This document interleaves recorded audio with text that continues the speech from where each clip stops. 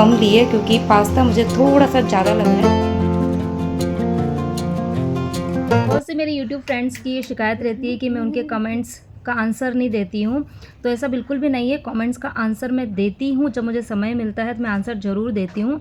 और आजकल तो खैर मैं कोशिश कर रही हूँ कि मैं आपके कमेंट के आंसर जो है ना उनके ऊपर एक प्रॉपर वीडियो बना के डालूँ, क्योंकि कुछ कुछ क्वेश्चंस ऐसे होते हैं ना कमेंट के अंदर कि जिसका आंसर उस कमेंट के नीचे रिप्लाई में 1 या 2 लाइन में ख़त्म नहीं कर पाते हैं। और हो सकता है कि इस तरीके के जो क्वेश्चंस होते हैं, या हो सकता है कि जिन प्रॉब्लम्स को फेस कर रही है लेडीज़, मतलब जो भी मेरी चाहे सब्सक्राइबर हैं, ठीक है, चाहे जो भी मेरे वीडियोस देखते हैं, जो शायद देख के कमेंट कर भी नहीं पाते हैं या करना नहीं चाहते हैं, जो भी है, ठीक है। तो मैं ये सोचती हूँ कि ये जो प्रॉब्लम है ना, ये कॉमन प्रॉब्लम है जो सबके साथ में होती है, तो मैं उनके ऊपर एक पर्टिकुलर वीडियो जो है वो आजकल बनाने की कोशिश कर रही हूँ। लास्ट जो मैंने 2 प्रीवियस व्लॉग आपने देखे होंगे तो वो उन्हीं टॉपिक्स के ऊपर थे जो कि मुझे कमेंट्स के अंदर आए थे।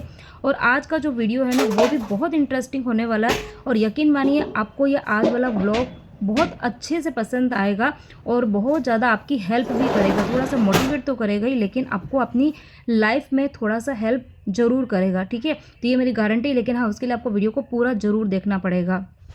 सबसे पहले तो गुड मॉर्निंग। सुबह की अभी 9:30 बजे का टाइम हो रहा है, और ये वाला जो वीडियो है वो कल के वीडियो के जस्ट बाद वाला ही वीडियो है। तो कल का वीडियो यदि आपने देखा होगा तो खाना वगैरह सब कुछ मेरा बन चुका था। लास्ट में मुझे किचन की क्लीनिंग, बर्तन साफ और बाहर की डस्टिंग क्लीनिंग का काम बच्चे कर चुके थे, लेकिन अभी मेरे हाउस हेल्पर नहीं आ रही है तो झाड़ू पोछे का काम मुझे करना था।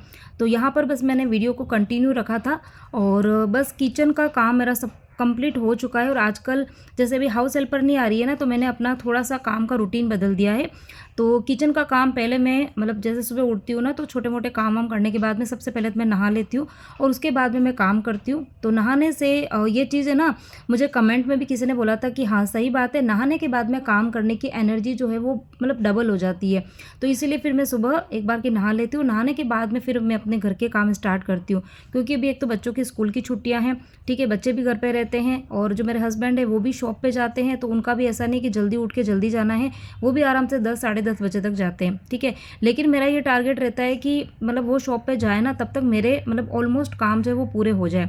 तो उसके लिए मुझे एक मोटिवेशन और एक एनर्जी मुझे भी चाहिए होती है। तो वो मैं क्या करती हूँ कि एक बार नहा लेती हूँ, और नहाने के बाद में फिर अच्छे से फ्रेश हो जाते हैं, उसके बाद काम पे लगती हूँ।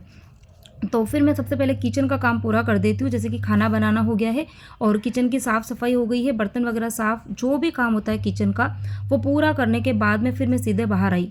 और यहाँ बाहर आने के बाद में जैसे बच्चों की छुट्टियाँ हैं तो डस्टिंग का काम बच्चे खुद कर लेते हैं, लेकिन जैसे कि बेड वगैरह जो है ना उसको अच्छे से सही करना है, जो बेडशीट होती है, तो वो सारा काम मैंने किया। और उसके बाद में एक एक कमरे को मैं साफ़ करते करते फिर डायरेक्ट यहाँ पर आई थी हॉल में। तो पहले मैंने मेरा वाला जो रूम था उसको बहुत अच्छे से क्लीन किया, उसके बाद में बच्चों वाले रूम को क्लीन किया, और उसके बाद में मैं आई थी यहाँ हॉल में। तो मेरी नज़र पड़ी यहाँ पंखे पर, तो पंखे के ऊपर डस्ट जमा थी, तो मैंने सोचा कि इसको भी मैं साफ़ कर देती हूँ। तो सबसे पहली चीज़ तो ये है कि आपको काम को अगले दिन के लिए नहीं छोड़ना है, ठीक है। ये एक बहुत बड़ा टिप होता है। हमारी आदत होती है कि काम जो हम ये सोचते हैं कि ठीक है बाद में कर लेंगे, सुबह सोचते हैं दिन को कर लेंगे, दिन को सोचते हैं शाम को कर लेंगे, और शाम को ये सोचते हैं कि अरे यार पूरा दिन निकल गया, अब इस काम को हम कल करेंगे, ठीक है। तो ये चीज़ बिल्कुल भी नहीं करनी है। जिस काम को आपके हाथ में अगर वो काम अभी आ रहा है, आप उस काम को अभी ही कर लो, ठीक है। बात के भरोसे छोड़ोगे तो वो काम कभी भी नहीं हो पाएगा, मतलब होगा लेकिन वो उसके हिसाब से होगा, हमारे हिसाब से नहीं होगा, और फिर उसकी वजह से हमारे अंदर एक चिड़चिड़ापन सा होता है, ठीक है। क्योंकि देखो हमारी हर एक लेडीज़ जो है वो चाहती है कि उसके घर के काम जो है ना वो एकदम सही तरीके से हो जाए। हर चीज़ वो अच्छा अच्छा ही चाहती है, काम भी अच्छे से हो, बच्चे भी उनकी बातें अच्छे से सुन ले, जो हम कहें वो सब लोग सब बातें मान ले, सुन ले, लेकिन ये पॉसिबल तो नहीं हो पाता है। लेकिन एक जो चीज़ होती है ना वो हमारे हाथ में होती है, वो होती है हमारा घर, हमारे घर के काम, ठीक है। वो हम सही तरीके से सही टाइम पे कर सकते हैं, और उससे हम अपने आप को खुश रख सकते हैं। तो अपने आप को सबसे पहली बात तो ये कि खुश रखना ज़रूरी है। तो अपने आप को खुश रखने के लिए जो आप कर सकते हैं ना वो ज़रूर करिए, ठीक है। तो एक तो मेन चीज़ तो ये हो गई, ठीक है। अब एक कमेंट कल मुझे आया था कि जैसे अभी मैंने 1-2 दिन पहले व्लॉग बनाया था जिसमें मैंने जिक्र किया था कि जो कुछ लेडीज़ होती है वो सुबह सुबह जैसे मोबाइल लेके बैठ जाती है, चाहे सुबह बैठे, चाहे दिन को बैठे, चाहे शाम को बैठे, हर थोड़ी थोड़ी देर में वो मोबाइल लेके बैठ जाते हैं, और उससे क्या होता है कि उनके घर के काम जो है ना वो डिले हो जाते हैं। ये चीज़ मैं ना प्रैक्टिकल बता रही हूँ, क्योंकि मैंने भी बहुत बार ये चीज़ें करी है। जब मैं यूट्यूब पर नई-नई आई थी ना, तब चीज़ें मुझे पता नहीं थी कि यूट्यूब पे आप लोग पूछते भी हैं ना, बहुत जनों के कमेंट्स आते हैं इंस्टाग्राम पर भी कि आपने यूट्यूब का चैनल कैसे स्टार्ट किया, कैसे, मतलब बहुत सारी चीज़ें आप लोग पूछते हो। तो कैसे स्टार्ट किया, इसके पीछे की भी एक अपनी स्टोरी है।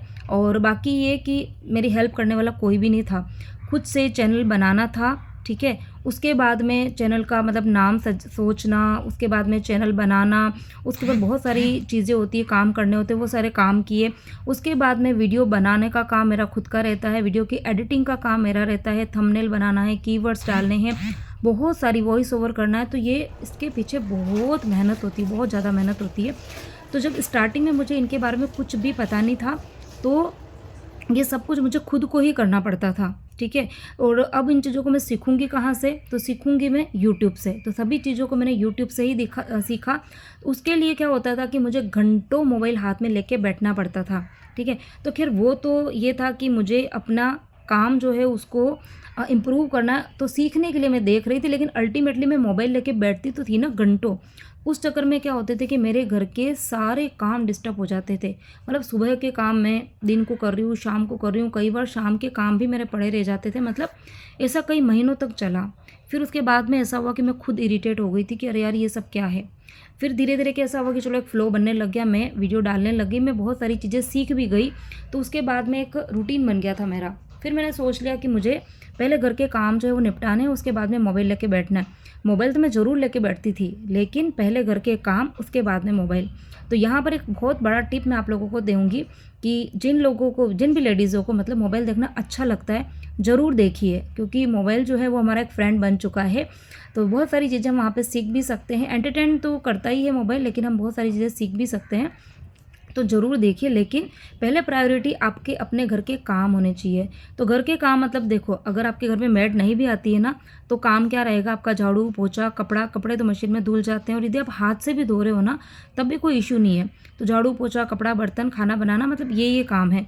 अगर आप बिना ब्रेक लिए कंटिन्यूस काम करेंगे ना, ठीक है, बिल्कुल साफ़ सफाई से, बिना किसी भी काम को छोड़े हुए, स्किप किए हुए, जितने भी काम हैं उनको आप अगर करेंगे तो 2 घंटा लगता है, सिर्फ 2 घंटा।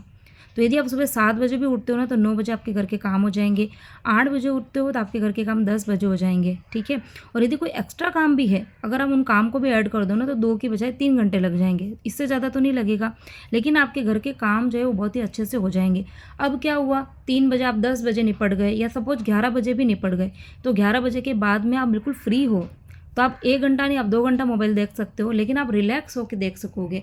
आपके दिमाग में टेंशन नहीं है कि मेरे घर के काम पड़े हैं, मेरे घर के काम पड़े हैं, ठीक है। और सभी काम करने का अपना एक समय होता है। सुबह के काम सुबह ही किए जाते हैं, दिन के काम दिन को ही किए जाते हैं, और शाम के काम शाम को ही किए जाते हैं। सुबह के काम आप दिन को करोगे या शाम को करोगे ना, तो वो काम का मज़ा नहीं आएगा, वो काम इतने अच्छे से हो नहीं पाएंगे, ठीक है।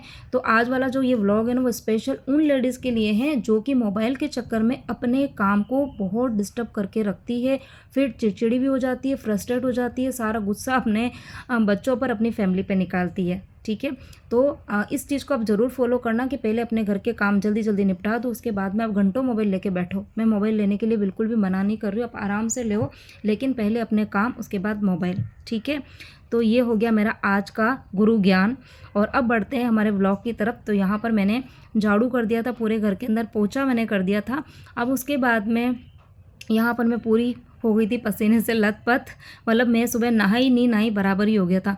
और आजकल वैसे भी जब से मेरी हाउस हेल्पर छुट्टी पे गई है, दिन में 2 बार नहाना हो जाता है, क्योंकि सुबह सुबह तो नहा ही लेती हूँ, सुबह टाइम नहीं मिल पाता है, तो बस फटाफट से ऐसे ही शावर ले लेती हूँ। लेकिन ये जो टाइम होता है ना, अभी देखो मैं बिल्कुल फ्री हूँ, अभी शायद 11 बजे का कुछ टाइम हो रहा था, और मेरे घर के सारे काम हो चुके थे।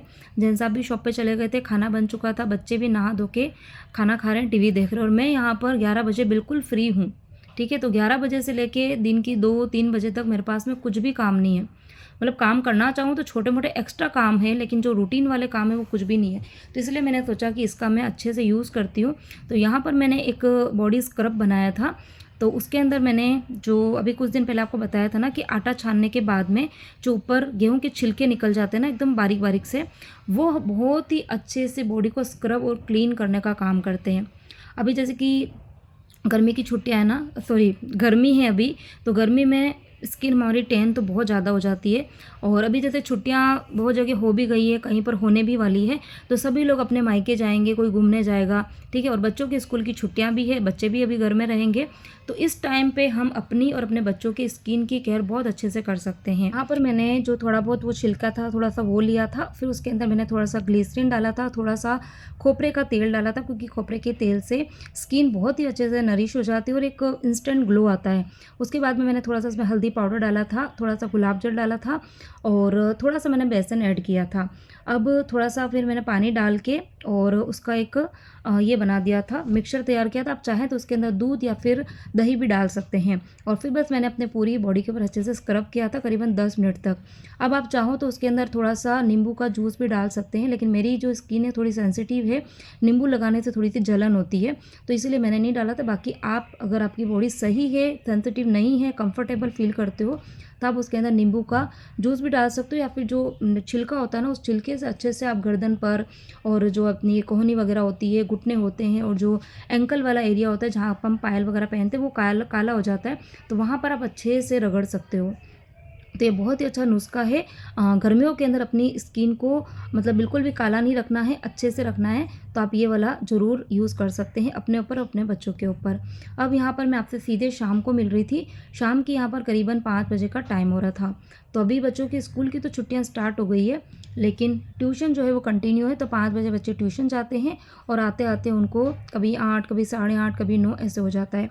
तो बच्चे जैसे ही ट्यूशन गए थे उसके बाद में मैं लग गई थी अपने किचन के काम के अंदर। तो उसके पहले मैंने चाय बनाई थी और तीनों जनों के लिए हमने चाय बनाई थी, बच्चों के लिए भी मेरे लिए भी। तो चाय वगैरह पी और उसके बाद में ये वाला काम मुझे आज करना था, मलाई का घी निकालना। तो इस बार काफ़ी टाइम बाद ऐसा हो रहा है कि डिब्बा जो था वो पूरा भरा नहीं और मैंने उसका घी बनाना मतलब घी बनाने की प्रोसेस स्टार्ट कर दी थी। बाकी हमेशा क्या हो जाता है, ये वाला कंटेनर भी भर जाता है और साथ में अलग से एक डिब्बा भी भर जाता है। और फिर होता क्या है कि बहुत ज़्यादा क्वांटिटी में जब मलाई हो जाती है ना, तो उसका घी बनने में भी बहुत टाइम लगता है। तो यहाँ पर आज मलाई कम थी, तो मैंने बस फटाफट से पानी मैंने सुबह ही रख दिया था ठंडा फ्रिज के अंदर। तो गर्मियों में घी अगर अच्छे से निकालना है, मतलब मक्खन अच्छे से निकालना है, तो उसके लिए आपको फ्रीज़ का पानी ही इसमें डालना पड़ेगा। और जितना अच्छे से, जैसे मैं हमेशा बोलती हूँ, जितना अच्छे से मक्खन निकलेगा, घी की क्वांटिटी भी ज़्यादा निकलेगी और घी बनने में टाइम बहुत कम लगेगा सॉरी। तो यहाँ पर मक्खन जो था वो बन चुका था और मैंने चढ़ा दिया है घी बनने के लिए गैस पर। और यहाँ पर कल के व्लॉग में मैंने ये एक बड़ा सा रेड ऑरेंज कलर का पत्थर आपको बताया तो था, लेकिन उसके बारे में मैं बताना भूल गई थी कि ये है क्या। तो मुझे कमेंट आया था, तो ये वैसे बहुत लोगों को पता चल गया होगा। तो ये है सेंधा नमक। तो वैसे यहाँ मुंबई में इस तरीके का नमक मिलता नहीं है इजीली, लेकिन भी कुछ टाइम पहले जिन साहब मतलब उधर गए थे, बॉम्बे साइड में गए थे, तो वहाँ पर इनको ये दिखा था, तो ये लेकर आ गए थे। ये शायद 7-8 किलो का पूरा बड़ा पत्थर है और बहुत दिन से इनके ना गाड़ी की डिक्की में पड़ा था और कल रात को ये ना लेकर आ गए। कल रात नहीं सॉरी परसों रात को ये लेकर आए, लेकिन अब इसको ना मुझे फिर से उनकी गाड़ी में ही रखना पड़ेगा, क्योंकि इतने बड़े पत्थर को यहाँ घर पर तोड़ना बिल्कुल भी पॉसिबल नहीं है। क्योंकि मैं रहती हूँ जिस फ्लोर पर, तो नीचे बहुत सारे लोग और भी रहते हैं। तो यहाँ पर अगर मैं इस तरीके से ठोकने पिटने के काम करूँगी ना, तो फिर नीचे से कंप्लेन आ जाएगी। तो बहुत जल्दी मतलब अगर ज़्यादा आवाज़ें होती है ना, तो नीचे फ्लोर पे जो लोग रह रहे होते हैं ना, तो वो कंप्लेन करने आ जाते हैं। तो इसीलिए फिर ये मुझे ना फिर से इनके साथ में शॉप पे भेजना पड़ेगा। तो शॉप पे ही ये तोड़ के लेकर आएंगे, फिर इसको पीस के और फिर मैं डब्बे के अंदर भर लूँगी। तो वैसे पिसा हुआ नमक भी मिलता है, लेकिन मेरी कोशिश ये रहती है कि मैं साबुत चीज़ें लेके आती हूँ और घर पर ही चीज़ें तैयार करती हूँ। और यहाँ पर एक तरफ मलाई का घी मैंने चढ़ा रखा था और आज बच्चे ट्यूशन गए थे, तो उसके पहले बोल के गए थे कि मम्मी आज आप पास्ता बनाओगे ही बनाओगे, क्योंकि मैंने बहुत दिन से पास्ता नहीं बनाया। ये पैकेट में लेकर आई थी 1-1.5 महीना पहले, सारे पास्ता अच्छे से बॉईल हो गए थे। उसके बाद में मैंने इसको ये स्टील की जो जाली है ना, उसके अंदर निकाल दिया है, ठीक है। और थोड़ा सा मैंने इसके ऊपर तेल डाल दिया था ताकि ये आपस में ना स्टिक नहीं होंगे। और ये वाला जो पास्ता है ना, इनको पकने में थोड़ा सा टाइम लगता है, तो इसीलिए मैंने इनको ना थोड़ा सा ज़्यादा ही पकाया था, ताकि ना कच्चे बिल्कुल नहीं रहे। तो ये पास्ता अच्छे से बॉईल हो चुका है और अब इसी ही कढ़ाई के अंदर मैं लगाऊंगी पास्ता के लिए तड़का। तो बिल्कुल इंडियन स्टाइल के अंदर तड़का लगाऊंगी, जैसे कि मैं हमेशा हर चीज़ के अंदर लगाती हूँ। मतलब चाहे चाइनीज़ बनाऊँ, चाहे कोई भी रेसिपी बनाऊँ, उसके अंदर जो तड़का लगेगा ना, वो लगेगा इंडियन। तो यहाँ पर पास्ता भी बॉईल हो चुका था और यहाँ पर घी भी बन चुका था। और सही में आज घी इतना जल्दी बना, मतलब ये है कि इसका मतलब मक्खन बहुत अच्छे से बना है। अगर मक्खन अच्छे से बनता है ना तो घी बनने में टाइम नहीं लगता है। मतलब सिर्फ पास्ता बॉईल हुआ ना उतनी देर में यहाँ घी बनकर रेडी हो चुका था। तो कभी कभी तो सही में मैं खुद शॉक हो जाती हूँ कि इतना जल्दी कैसे बन गया। और कई बार है ना टाइम भी लग जाता है। तो उसका रीज़न यही होता है कि आपने जो पानी है उसके अंदर ठंडा डाला है कि नहीं डाला है अच्छे से। और मक्खन जो है वो ऊपर जो निकल के आता है ना जब हम ब्लेंड करते हैं उस समय, तो वो अगर अच्छे से निकल के आएगा तो टाइम नहीं लगेगा। तो यहाँ पर घी भी बन चुका है, तो इसको मैंने हाथों हाथ छान दिया था। और अब इस डब्बे को अभी मैं ढकूंगी नहीं क्योंकि ये एकदम गर्म घी है ना, इसलिए। तो यहाँ पर पास्ता में डालने के लिए सब्जियाँ रेडी हो चुकी है। तो टमाटर लिया है यहाँ पर मैंने, एक ही टमाटर था एक्चुअली फ्रीज़ में, तो उतना ही लिया है, बाकी मैं हमेशा थोड़ा ज़्यादा डालती हूँ। और ये लिए मैंने कैप्सिकम एक बड़े साइज़ की, और ये कैबेज तो पहले से ही फ्रिज में कट करके रखी हुई थी, तो थोड़ी सी यहाँ पर मैंने कैबेज ली है। तो सब्जियों की क्वांटिटी आज मैंने थोड़ी सी कम ली है क्योंकि पास्ता मुझे थोड़ा सा ज़्यादा लग रहा है। फिर सब्जियाँ भी ज़्यादा ऐड कर दूँगी ना तो क्वांटिटी बहुत ज़्यादा हो जाएगी, तो इसलिए सब्जियाँ मैंने कम ली है। बच्चों के वैकेशन स्टार्ट होने वाले हैं, तो बच्चों को मतलब बहुत डिमांड होती है क्योंकि बच्चे घर पे रहते हैं, तो उनको कुछ ना कुछ चटपटा अच्छा सा खाने के लिए चाहिए। तो हर टाइम हम बाहर से चीज़ें जो है वो घर में लेकर आएँ ये भी पॉसिबल नहीं होता है, और हर रोज़ बच्चों को बाहर की चीज़ें खिलाएं ये भी पॉसिबल नहीं होता है। तो इसीलिए इस तरह की आप चीज़ें घर पर बना के बच्चों को खिला सकते हैं। और आजकल पास्ता में भी बहुत ऑप्शन आने लग गए। मतलब ये जो पास्ता ये तो खैर मैदे का था, बाकी इसके अंदर आटे का भी आता है, आटे वाला पास्ता, तो वो भी आप बच्चों को खिला सकते हैं। तो यहाँ पर कढ़ाई के अंदर मैंने तेल लिया है, और उसके बाद में सबसे पहले मैंने कैबेज डाल दी थी क्योंकि कैबेज को पकने में थोड़ा सा टाइम लगता है, बाकी कैप्सिकम और टमाटर ये बहुत जल्दी पक जाते हैं। और यहाँ पर एक चीज़ और कि सब्जियों को हमको बिल्कुल पकाना नहीं है। गैस की आंच मैंने बिल्कुल तेज़ रखी हुई है ताकि एक स्मोकी फ्लेवर आए, जो कि हर चाइनीज़ डिश के अंदर होता है, एक स्मोकी फ्लेवर होता है। तो इसलिए मैंने गैस की आंच स्टार्टिंग से बिल्कुल तेज़ करी हुई थी, और सब्ज़ी डालने के बाद में भी मैंने गैस की आंच कम नहीं की है। और इसीलिए जो भी चीज़ें मुझे इसके अंदर डालनी है वो सारी मैंने पास में ही इकट्ठी कर ली थी, क्योंकि गैस की आंच तेज़ है और एक एक चीज़ हम ढूंढ ढूंढ के लेके आएंगे ना तो या तो सब्जियां ओवर कुक हो जाएगी, जल जाएगी, या फिर हमारे मसाले जल सकते हैं। अब यहाँ पर सबसे पहले मुझे इंडियन तड़का लगाना था, तो मैंने इसके अंदर लाल मिर्ची, हल्दी, नमक, धनिया पाउडर डाला है, थोड़ा सा यहाँ पे गरम मसाला डाल रही हूँ ताकि टेस्ट अच्छा आएगा। और उसके बाद में इसके अंदर मैंने डाला है सब्जी मसाला। तो जो प्रॉपर चाइनीज़ तरीके से बनाते हैं या खाते हैं तो उनको ये वाली रेसिपी देख के थोड़ा सा हो सकता है अजीब लगेगा कि ये क्या कर दिया पास्ता के अंदर, लेकिन यकीन मानिए एक बार आप इस तरीके से बना के ट्राई ज़रूर करना। देखो हम कोई भी रेसिपी खा लें, लेकिन हमारा जो टेस्ट है ना, हमारी जो टंग है ना, वो इंडियन है, इंडियन टेस्ट को ही पसंद करती है। तो इसीलिए मैं घर पे कोई भी रेसिपी बनाती हूँ, चाहे इंडियन बनाऊँ, चाहे मैं इंडियन बनाऊँ, चाइनीज़ बनाऊँ, साउथ इंडियन बनाए या कुछ भी बनाए, लेकिन उसके अंदर इंडियन टेस्ट तो जाएगा ही जाएगा, और तभी मेरे घर के अंदर सबको पसंद आता है। और उसके बाद में जब मसाले अच्छे से भून गए थे तो फिर मैंने ऊपर से डाल दिया ये टमाटर। टमाटर डालने के बाद में बहुत ज़्यादा चलाना नहीं है, नहीं तो वो उसका ना वो बन जाएगा, प्योरी टाइप की बन जाएगी, वो मैश हो जाएंगे। अब इसके अंदर इंडियन तड़का डल चुका है, अब डलेगा चाइनीज़ तड़का। तो चाइनीज़ तड़के के लिए इसमें मैंने डाला है टोमेटो केचप, थोड़ा सा डाला है यहाँ पर चिली सॉस जो कि ऑप्शनल है, इसको नहीं भी डालेंगे तो भी चल जाएगा। थोड़ा सा डाला है यहाँ पर मैंने सोया सॉस, तो ये चीज़ें ज़रूर डालनी है, टोमेटो केचप, सोया सॉस, और अभी मैं डालूँगी यहाँ पर विनेगर। तो ये तीन चीज़ों के बिना तो चाइनीज़ खाना अधूरा होता है। तो वैसे ये ना हेल्दी नहीं होता है, इसलिए मैं बहुत ज़्यादा नहीं बनाती हूँ, 1-1.5 महीने में एक बार बनता है। रोज़ नहीं खाना चाहिए, ये सब चीज़ें अच्छी नहीं होती बॉडी के लिए, लेकिन हाँ कभी कभार हम खा सकते हैं, बच्चों को खिला सकते हैं। अब यहाँ पर देखो ये ग्रेवी जो है वो मैंने थोड़ी सी पतली रखी है, क्यों रखी है वो मैं आपको आगे बताऊंगी, क्योंकि ये कमेंट मेरे पास में लास्ट टाइम जब मैंने पास्ता बनाया था ना तब किसी ने मुझे करा था कि ग्रेवी को इतना पतला कौन रखता है, तो ये पास्ता सूप बना रहे हो या फिर पास्ता बन रहा है। तो ये पास्ता सूप नहीं बन रहा है, पास्ता ही बन रहा है। तो यहाँ पे मैंने ग्रेवी पतली इसलिए रखी थी, देखो यहाँ पे जब मैं हिला रही हूँ ना, देखो जितना भी ग्रेवी थी ना वो एकदम एब्जॉर्ब हो गई है। तो ये वाले जो पास्ता होते हैं ना, स्पेशली सिलेंडर शेफ वाले, इनमें ना पूरा एक होल होता है। तो अगर मैं ग्रेवी को टाइट रखूँगी ना तो वो ग्रेवी की कोटिंग सिर्फ पास्ता के ऊपर होगी, और जब हम पास्ता को खाते हैं ना, बाइट करते हैं, तो वो एकदम फीका फीका सा लगता है, इतना अच्छा टेस्ट नहीं आता है। तो इसीलिए मैं थोड़ा सा ग्रेवी को गीला रखती हूँ, ढीला रखती हूँ, ताकि वो जो होल है ना उसमें अंदर तक ग्रेवी जो है वो चली जाए और इस तरीके का पास्ता खाने में बहुत ज़्यादा टेस्टी लगता है। तो इसी के साथ में इस व्लॉग को मैं यहीं पे एंड करती हूँ। उम्मीद करती हूँ आप सभी को मेरी आज की रेसिपी, मेरी जो बातें हैं वो अच्छी लगी होगी, पसंद आई हो तो प्लीज़ वीडियो को लाइक ज़रूर करना, छोटा सा प्यारा सा कमेंट छोड़ना, चैनल पे नए हैं तो चैनल को सब्सक्राइब करना और हाँ, वीडियो को शेयर करना मत भूलना। तो मिलती हूँ अगर नए इंटरेस्टिंग वीडियो के साथ में। Till then bye bye and take care.